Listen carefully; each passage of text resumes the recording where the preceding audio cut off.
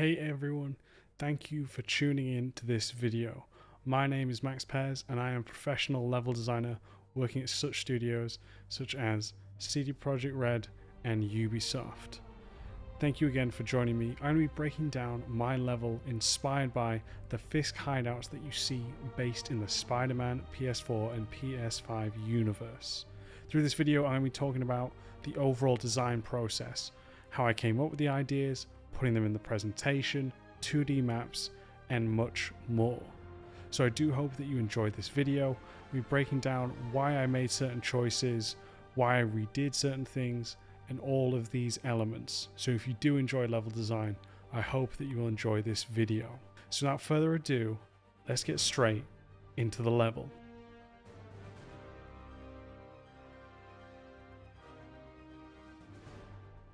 Now, the first step into making level design isn't just jumping straight into the best bit, which is the block out. I actually went through and did my research first. So what I'm going to be showing you here right now is my presentation, my kind of research, my design document on the level design that I was creating here. So as you see, here's the title, and let's kind of go into it. The first thing is I came up with a bit of brief, talking about what it is that I'm after, trying to understand a bit more about what makes the Fisk layouts so great and so fun to play, and also what design elements I must consider. When I was going through this, I thought about how they separate the height of the levels, providing multiple levels in terms of floors, beams, all of these that the player can actually move through and go without. Another thing that was a big challenge for me and something that I had to change on my design perspective was the combat itself. When I talk about this, when you think about Spider-Man, he does have projectiles with his webs, a little sound effect for you, but it's a lot more close quarter combat. That's the real kind of crux of that with this game. So this I had to keep in mind and make sure that I was creating more open space levels such that cover, which I'm normally used to placing from the little range combat that I create, would not snag the player or interrupt their flow. I had to think also of spawn closet, as there's normally around about 5 to 6 waves and they roughly have around about 3 doors in there. And think a bit more about the narrative. You get a lot of the narrative coming from Yuri when she tells you, the player, what's going on. From here I actually went through, played the game a lot, and also watched a lot of the videos, going through and breaking down kind of some key things for me, such as the environment hazards, mentioned before, multiple levels available, enemy placements. You have different types of enemies as well, such as the snipers, most close quarters, assault guns, and those big burly ones, as well as people that throw grenades. A lot to think about with that. I like to have a look around different areas and kind of break it down. We have these kind of bigger kind of objects which block the line of sight for both the enemy and player, almost as if it's dividing up the combat spaces. A lot of decision points. Because the buildings for the Fisk layout are under construction, it means the player has a lot of time to not only go through and take out enemies stealthily, but also allows them to readjust and kind of configure their strategy. If, for example, they're spotted, they swing away and then land on a different kind of pillar and post as well. These kind of things, again, lets the player collect their thoughts before moving on. After this, I came up with a bit of a more objective for me. Originally, I was aiming to go to a different kind of location. This was more of a bus terminal. But then I started to go through and looking for references. I found that there wasn't always a great amount of kind of locations which provided the kind of multiple layers and the other key breakdown points I showed earlier. Now, a bit more of the narrative brief, talking about he's ordered his goon to transport drugs. Again, this changed throughout development, but this was kind of where I was kind of going in terms of the narrative, thinking about how I was going to show this for the player too. Going through location as well, primarily based in New York, bus station, all of these, and coming up with kind of the flow, the objective, arrive, take out enemies, find evidence, small side objective, which is eliminate all enemies on the roof if the player wants it there. Thinking about this from the bigger level and bigger picture. Objective beats, kind of going in more detail into that of the objective flow we've just seen here. But again, slightly changed. We'll talk about why as we progress through the video too. So you can see the different kind of beats that I imagine: observe, stealth, exploration, and combat, and then created that of an engagement kind of pacing graph. So I roughly know how it's going to play out for the players all in all. So this here is my documentation. I talk about there is some change that happened. So let's talk about that as I show you the reference gathering and why I decided to make the change instead of a bus station to where it's actually going to be placed.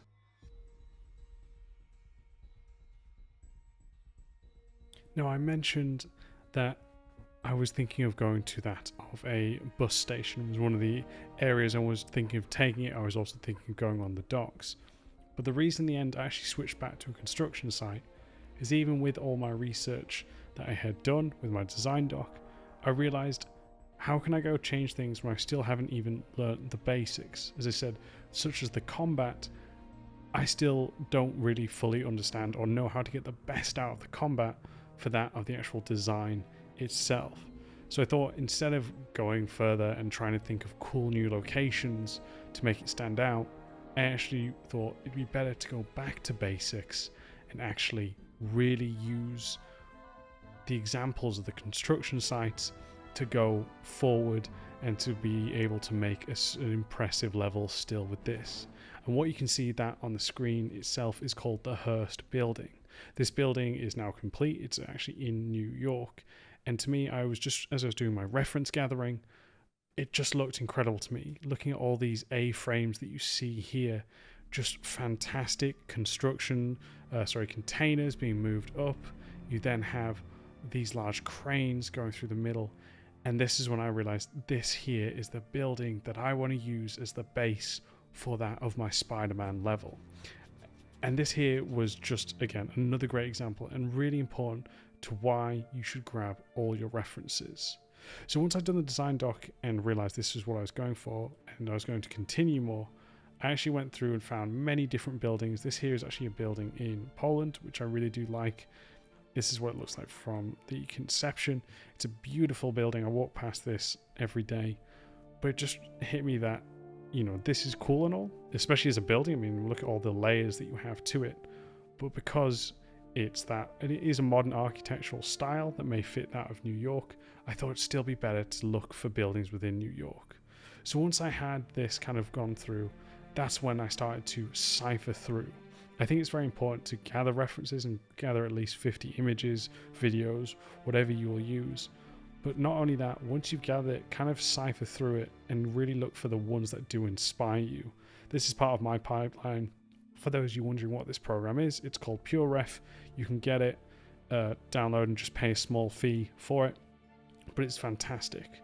So as I said, I went through the Hearst building, looking at it through how it's being constructed. This building isn't the Hearst building, but it looks very similar. Look at different elements to it. You can see here this where they have the crane actually coming through the middle of it. The A-frames, which I just really loved. This is it complete. Going through and seeing these exposed beams, which was really inspiring to me, and we'll talk about that a little bit further on when you actually see the level. Going through the floor plan, I think it's very important to understand it because the actual bottom of the Hearst building has this nice atrium. It doesn't look like this all the way through the top. You can see this is the actual, it expands at the bottom. So again, great piece through to go through. Floor plans here to make sure I get that shape around it too, how it's going to be used. Seeing here, which would be the elevators, I think it was very important in the stairs here because that helped me come up with spawn closets, which we'll go through a little bit later on too.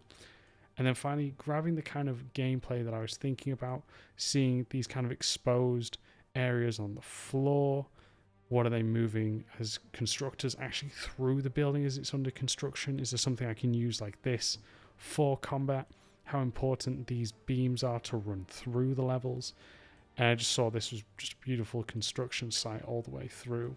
So I started to gather this, as I said, cipher through and get each section to understand how it was going to inspire me and how it was going to be released and shown upon that of the level. Now, before I go on to the actual map and plotting out the routes, Because I mentioned earlier in this process, we just talked about how I switch locations. That also means there needs to be a switch up in my design as well. As I showed you in the design document, I had a bit of narrative about it being a location where they'd actually smuggle out the drugs to other areas to distribute it around New York. But that needs to change now because the fact that there isn't really forms of transport like that. So what I've now done here, as you can see by this image, I spent some time here updating the narrative. Now what you can see is I put it in a comic book style panel. In this sort of scenario where it's me blocking out a level in my personal time, I won't necessarily be able to get a live cutscene made for this kind of setup. Now Yuri is going to call the players and inform them that, hey, people are being kidnapped. Rumor is that they are being taken to Fisk's hideout and being extorted for their kind of assets, money, these kind of elements. And if they refuse, well, then you see what will happen to them there. Because most of the narrative actually comes from the call of Yuri when I did my research on this. So I said I want to just add and build upon that as well. So I hope you do like my little fun comic panel. Now that all of my planning is done and I understand what the purpose, the beats, the overall objective of the level is, I've now moved over to my 2D map. As you can see, I talked about earlier in my reference grabbing how I grabbed the floor plans. So this here was a huge help. It helped me understand that of the shape of the overall building, kind of how rooms were going to be planted in as well, to give me an idea from this. So now here is my 2D plan. Now this here, I found it a bit hard to communicate with what was, how do I say, different floors, what spaces were open. So I'll kind of break down which space is what. So here on the left side of the building, you have that of these beams. I'm just putting up a reference here so you can see it. What I found fascinating when doing my reference gathering, finding that they didn't complete all the floor before moving on to the next one. So seeing these exposed beams here was just so cool to me, because the fact that I've been playing obviously a lot of the Spider-Man, I've recently played the Miles Morales chapters, and in that one you have these bridges you can take down. So I thought it'd be cool for the player to be able to take out the bridges as a nice little, how do I say, mechanic for the player to use, but also allow the player to still be able to move across it by just zipping with their web across the beam. So it may hinder the enemies, but empowers the player still. So I thought that was a very nice moment. You don't always see that, but to break up also for the orientation part, to me was something I definitely wanted to do with this. Now from here, we have kind of higher levels as well, because as we mentioned earlier, separating the areas kind of by floors and different heights, I think is very important to what makes these Spider-Man levels so engaging. Now from this, we have these kind of smaller areas around up at the top here, as well as this at the bottom. I'll be showing little pictures up with this as well, so you can see what I kind of have in mind. These are going to be the first floor. If you imagine everything else, the bold outline, that's going to be the ground floor. These little areas, which I've labeled F1, is floor 1, so they're slightly higher. And then over in the corner, just because I noticed that, again, with the orientation I've got so far from the 2D map, that something needs to be on the other side too to help orientate and help keep it kind of balanced over there as well through it. So I thought this was a great time to add one of these rooms. This room is actually taking inspiration from what you can see on the floor plan of when the building's actually fully complete. So a cool, unique kind of shape to break it up. I really did enjoy that and adding those elements to it. This here was around about 35 meters along the height, and width was across 25 meters. We'll talk about later, but that was what I established to be the kind of rough area that I thought I'd need. But overall, I would actually have to increase this level twice, because once I got the character model in, it felt way too small from this. So it was just a fascinating one, a great place for me to start. I was trying to use something called Dungeon Sketch, which is a really nice kind of 2D tool for it, but it didn't translate well, so I still think I need to learn a bit more of that before I can actually use that in my actual pipeline and workflow. But this here is a great start, and we'll be talking about kind of the differences we'll see between the actual playthrough and the actual level versus what started off here. Last thing, guys, I want to talk about quickly before we get into actually reviewing the level, is a shout out to the people that actually helped me review the level and made it better. First one goes to Shane McClokey, who's an advanced game designer over at Insomniac Games. He was very kind to actually show me the kind of rough ideas of metrics as well as the flow of combat when going through, which is fantastic. Really, thank you again, Shane. The next one is Shane Canning. Shane Canning is a level designer at Square Enix, but previously was level designer over Insomniac Games. So thank you, Shane, for your feedback as well as introducing me to the other Shane. And the final one I want to give a shout out to is Kendall Husband. He's a senior level designer at CD Projekt Red. He came through, reviewed my level a couple of times and helped me constantly iterate and improve on the overall level there. So I really did appreciate that. The next thing I want to talk about is the tools that I used for this. All of these will be in the description down below, so you can go check them out yourself. The first one I give a shout out to is that of Lewis Fifford, who created the Spider-Man controller. You should be seeing this on the screen now, which is a great one because it had the brilliant movement mechanics to help me get a sense of space and flow and how the character moves.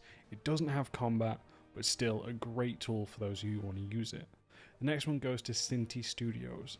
They're the ones who created these beautiful props, very well known for their low poly work, that I'll be using in my level to show that it is that of a construction site and selling that too. Next and final thing is talking about the visual language. Because I don't have certain gameplay aspects, I'm trying to highlight them with certain colours. So the first one is that of gameplay objects that Spider-Man can use with his webbing. That is the colour purple. Enemies that you'll see will be the colour of red. Civilians will be green. And the final one of the spawn closets will be red with a white trim around them. Just so when we fly through a level, you instantly know what is supposed to be interactable and highlighting this. I think that's very important and crucial, especially when you are doing blockouts. So just keep that in mind when you're doing your own. Okay, now let's move on to the actual level. So this here is the first revealing shot of my level. So you can get the overall size of it and see kind of what it is that we've made with the Hearst building.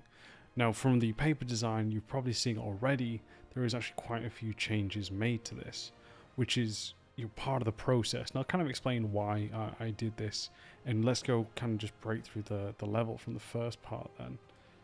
So from here, you can see we've got the south of the building. Now originally I was going to have this kind of extended out kind of triangular shape for the upper area on just covering this whole section. Now after going through and playing more of Spider-Man and seeing more of this, I actually went against this.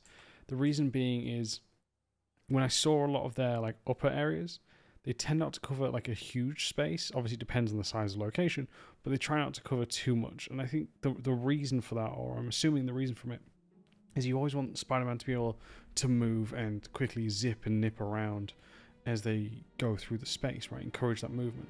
So I thought it was best to half the size of it and kind of keep it in one area. So we have this raised section here. One of the things that I really do like that they do a lot of is these kind of like open floors you can see down in. I think that's great so the player can see enemies below. So I want to add that element to it. Also adding these kind of beams across it so players can land, use these to study the area and then stealthily take the enemies down from it. And obviously from context, making sure that it's believable and a realistic space is the fact that we have these stairs leading up and down. So this is how the builders as well as the enemies will transition between the spaces for it. Next thing here is I kind of wanted this kind of more open space for the player to have a bigger combat zone. As you can see, one of the things that I noticed with the combat flow and in chat with my friends about was that they have this element of, especially if you're playing more stealthily, you have these elements where you zip something big like this to take one or more enemies, and then you have smaller objects for in case it breaks out into a fight, you can either distract or use this to kind of do the kind of area of effect attack where Spider-Man swings a canister above his head to clear the space around them. As you can see as well, I have all these A-frames in the building. I think that is just, very much gathering from the reference. I think it's one of the most coolest points in terms of like the building that inspired me to have this, because you can have all of this kind of around. I think it's a beautiful, beautiful element. As you see, we have some 2 spawn closets here, so we can kind of edge in which ones we want to come in, or do we want to have both at the same time. Either one is an option there. You can see we get some environmental storytelling with the fistmen holding civilians hostage over here.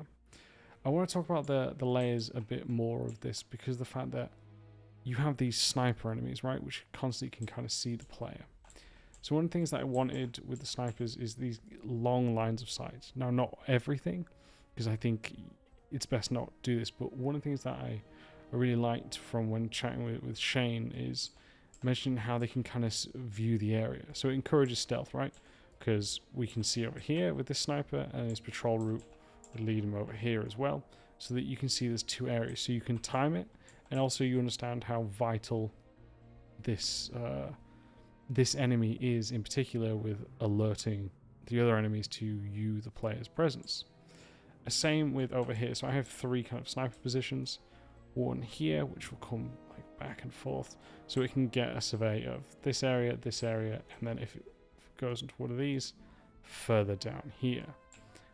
And then finally, the final sniper is over up on this container, which will go across the container, and again, see more of the area. So I think that's an important one, again, just to, especially because these ones tend to have that laser sight, so the player will be able to see the laser. It also makes that kind of like first approach important, because the fact that with these Fisk, how do I say, towers, you find that you can land, you can approach from any different, route in here. So you almost want it to be like, player arrives, they can observe, and they can understand how vital, or should we say, how important or destructive these sort of enemies could be to you if you're trying to handle things stealthily. So you can kind of go through and play around with that. With that, if you want to, in terms of as a player and how you approach this. So I think that's always good for players to be able to go off and experiment, especially from a different approach, and try and add value to the strategy that some may want to play by here. So the next one is obviously, I think, talking about the A-frames is a place for the player to kind of perch on. I think it's good.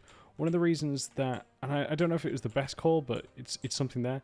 I didn't want to make them too higher than some of these sniper points, and the reason being, and I think this is more of a Batman gameplay than it is necessarily of a Spider-Man one, but I want to keep the player moving, right? They can't rest too long because they might get spotted. So it encourages them to constantly zip and move out of the line of sight.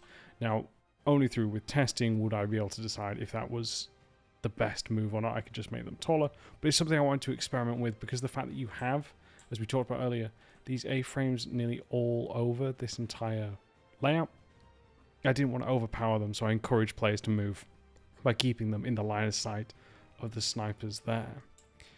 Now with this one here, we talked about how the Hearst was the big inspiration, and we can see it's very much got that footprint over here.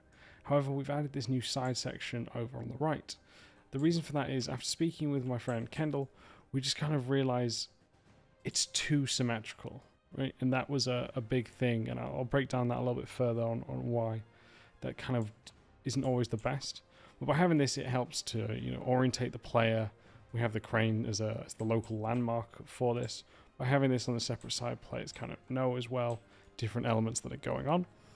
So it was just this nice small area players can come down on. It also adds a bit more of a bit more of interest from the building as well. Architecturally, it's slightly different, so I think that's a nice element we've added here. Again, it's a different level too, so players can come down. We have these nice beams over here. The player can stealthily take enemies out too, as well as different objects they can use in combat. I like the overall stairs kind of thing to just, again, sell how people actually would move who don't have the ability to swing through webs. On the other side, you might have already seen this. We talked about the beams and how much I like them in the reference gathering, and I kind of, like I said, really enjoyed that, so I added them here. This bridge, the player will be able to knock down, so they can use this as a strategy to slow enemies down themselves. And what they do is they just fall down a couple of floors, and we just have here is kind of like a bin area where they are dropping down elements and bodies over here. So just having a bit of environmental storytelling, as well as, again, making sure it's very clear that these are two separate spaces, right? And I think that's an overall good element that I'm trying to get along with this one for it. Now, over down here we have a generator area, just where someone would be interacting with it, and maybe if the player can shoot it with their web to distract and cause some of these lights to freak out these kind of elements through. I've tried to make sure that when I was speaking with Shane, he mentioned that these kind of spaces for the combat roughly need to be about 12 meters squared. So from that was something that I kept in mind, especially for these combat spaces. So there's always enough space for the player to be engaged with combat for them. And as I said, I have these interactables to help keep the combat dynamic as we move through. Now in terms of spawning closets, we have 2 over here, 1 here, and then 1 there, and 1 here. So in total we have 5. So what I'll be planning with each of these is certain waves which only come from this side, that side, from all sides. Elements like these that I would be able to, you know, mix and match when people come in and where they kind of come in from.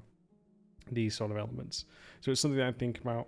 When we looked at the floor plan, we saw that elevators would actually be on the inside, but due to the fact that I have the construction crane here, I thought it'd be cool just to have them on the outside, and it again can keep moving the player as we have different ones for the players to come in.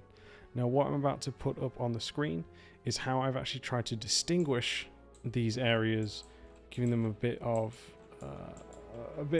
a purpose, if you will. So let's kind of put that up on the screen that you can see through onto next. I've given each quarter a different kind of feel. The reason I wanted to do this is we talked about how this kind of space here is that of a very symmetrical, how do I say, symmetrical layout, right? It's there's not much to separate it in terms of the sections. We've changed up the height with lower floors, higher sections, and now obviously the building on the side, as well as that empty floor gap on the left side. And to me, that was all great, but I wanted to give it purpose and just to help when the player was swinging around, they could orientate themselves, not just by using that of the crane in the center, but by having each kind of space having a distinct feeling, so players wouldn't be too confused as they move throughout the space. Before we wrap up this video, as I'm kind of getting conscious of how long this is taking to break it all down, I want to show you the character kind of in play in doing that. One of the things that I think they always do great also, just keep in mind, is that they have these kind of like other buildings or like vantage points the player can use in order to see roughly enemies patrolling and get a sense of the layout. I think one of the most interesting things here for, how do I say, that of Spider-Man is like their decision points are very different. Most decision points only let you see a certain section of the level. Theirs let you see the entire level. So this was, you know, by far... Whoa. Oh, this is definitely not how I thought it would go. But we make the most of it. That we can kind of see more of it and kind of plan around of that one. So as you can see here, we have a lot of space going on for the player to fight a few enemies around this point. We can zip up, take care of this enemy if you wanted to, pull down this so the enemy would fall over. These kind of spaces we'd move around, sort of move through, see the different spots over here. Then we can stealthily take out, tie up some of these enemies as we make our way around to the next, find the one, space for the players to see what's going on. And then we can go take them down, pull these elements, grab the bucket, swing it over our head. Make sure that we can have line of cover from the sniper from certain points, but this one might be a challenge here, so this is part of the reason why I had more kind of high cover to it and these kind of elements for it. So yeah, this is kind of where I'm gonna go leave off the video. I do hope that you have enjoyed this breakdown. It's a very in-depth one. I want to kind of show the overall pipeline and process for those who are aspiring to be level designers as well, you can see that it's not just blocking stuff out. There are steps before that, as well as giving anyone else who's reviewing my work can understand my overall design process. So I thank you all very much for tuning in. It's been an absolute pleasure to have you here. I hope you have liked it so far. I do want to say just a few things I think I could have improved on. Is obviously it would be nice to have the controller be able to hit. I think that would give me a better understanding of the space, see if I've gotten that down. So I can't really say if I got it right or wrong without actually having something to test with. Another thing is we talked about those A-frames. Would that actually work? The theory is there, but would it actually turn out for practice? The final one probably would be that of when I was making this space, not having something as symmetrical as this space. Although the Hearst building is very cool and I do like the overall layout to it, I think one of the things that's important is to make sure that the building feels very different and unique, and I'd probably pick something more like that Polish building I showed in the reference. So those are kind of some of my final thoughts. Overall, I'm very proud of this, but there's definitely still areas to improve upon and sort of elements that we can always be better at. So thank you all very much. I hope you liked the video, and I hope that it helps and inspires you to be working on doing a lot more of your own stuff and sharing that with the world. So thank you all very much. If you do want to check out anything else about me, you can go to my website, maxpairs.com. If you do like hearing to this smooth jazz voice, I have a podcast called Level Design Lobby, in which you can check out more of my podcasting talking about level design and anything related, as well as my 2 books released, Let's Design Combat and Let's Design Exploration. Thank you all very much, and I will catch you all next time.